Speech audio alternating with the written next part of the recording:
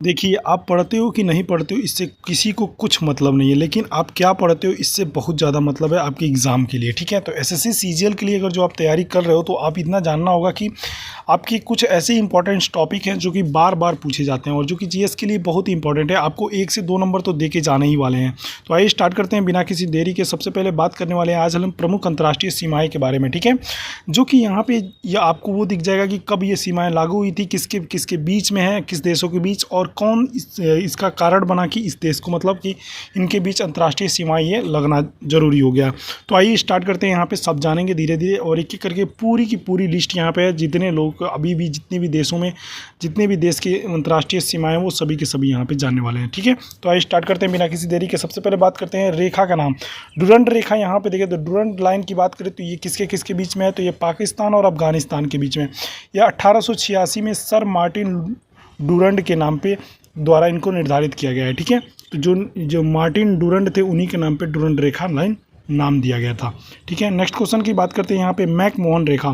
तो McMahon line किसके किसके बीच में है, तो भारत और चीन के बीच में है। ठीक है, और यहाँ पे बात करें तो इसकी दूरी की तो 1120 मतलब 1120 किलोमीटर लंबी है। यह रेखा सर हेनरी मैकमोहन के द्वारा निर्धारित की गई थी, लेकिन चीन इसे स्वीकार नहीं करता है।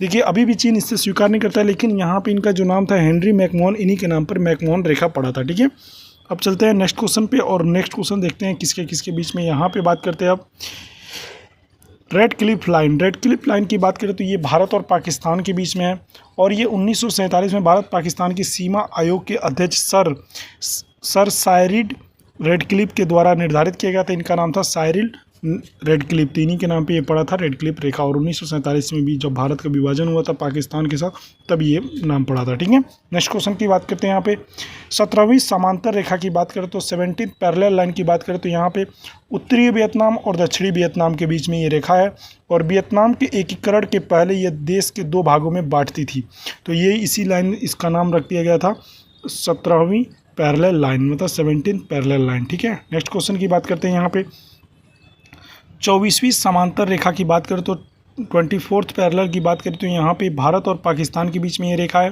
पाकिस्तान के अनुसार कच्छ क्षेत्र का यह रेखा सही निर्धारित करती है, लेकिन भारत इस रेखा को स्वीकार नहीं करता है। देखिए सबके अपने अपने मत हो सकते हैं, कोई स्वीकार करता है कि कोई नहीं स्वीकार करता है, लेकिन इसको मानना तो पड़ेगा ही क्योंकि ये अंतर्राष्ट्रीय सीमाएँ हैं। नेक्स्ट क्वेश्चन की बात करते हैं यहाँ पे और ये क्वेश्चन देखेंगे रेखा का नाम 38वीं समांतर रेखा की बात करें तो 38 पैरेलल लाइन की बात करें तो ये उत्तरी कोरिया और दक्षिण कोरिया के बीच में है। कोरिया को 2 भागों में बांटती है यहाँ पे, तो इसलिए इसको दक्षिणी कोरिया और उत्तरी कोरिया में 2 भागों में विभाजित किया गया है। नेक्स्ट क्वेश्चन की बात करते हैं। यहाँ पे 49वीं समांतर रेखा की बात करें तो अमेरिका और कनाडा के बीच में। अमेरिका तथा कनाडा 2 भागों में बढ़ती है, यहाँ पे ये रेखाएं इनको दोनों को बांटती है। अब यहाँ पे बात करते हैं हिंडनबर्ग रेखा की बात करें तो ये जर्मनी तथा पोलैंड के बीच में है। प्रथम विश्व युद्ध के बाद जर्मनी की सेना ने यहाँ वापस लौटी थी, इसलिए इसे हिंडनबर्ग रेखा के नाम से जाना जाता है। नेक्स्ट क्वेश्चन की बात करते हैं। यहाँ पे ओडरनास रेखा की बात करें तो ओडरनास लाइन की बात करें तो यहाँ पे जर्मनी और पोलैंड के बीच में ये लाइन है जो द्वितीय विश्व युद्ध के बाद निर्धारित की गई थी। अब हम बात करते हैं मैगिनाट रेखा की बात करते हैं तो मैगिनाट रेखा किसके बीच में है, तो जर्मनी और फ्रांस के बीच में है। जर्मनी के आक्रमण के बचाव के लिए फ्रांस ने यह रेखा बनाई थी। ठीक है, तो ये बहुत ज़्यादा उस समय जर्मनी का बोलबाला चलता था जब हिटलर थे, तो उसी के शासनकाल के वजह से इनको यहाँ पर जर्मनी तथा फ्रांस के बीच में ये रेखा देखने को मिलती है जिसका नाम है मैगिनाट रेखा। ये बहुत ही इंपॉर्टेंट लाइन है, इसको जरूर एग्जाम में पूछ सकते हैं आपके एग्जाम में। नेक्स्ट क्वेश्चन की बात करते हैं।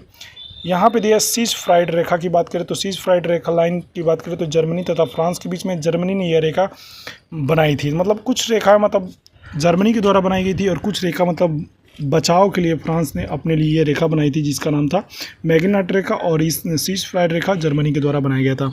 आई होप आपको ये वीडियो कैसी लगी, अपने दोस्तों के पास जरूर शेयर करिएगा और चैनल को सब्सक्राइब कर लीजिएगा। Thank you so much.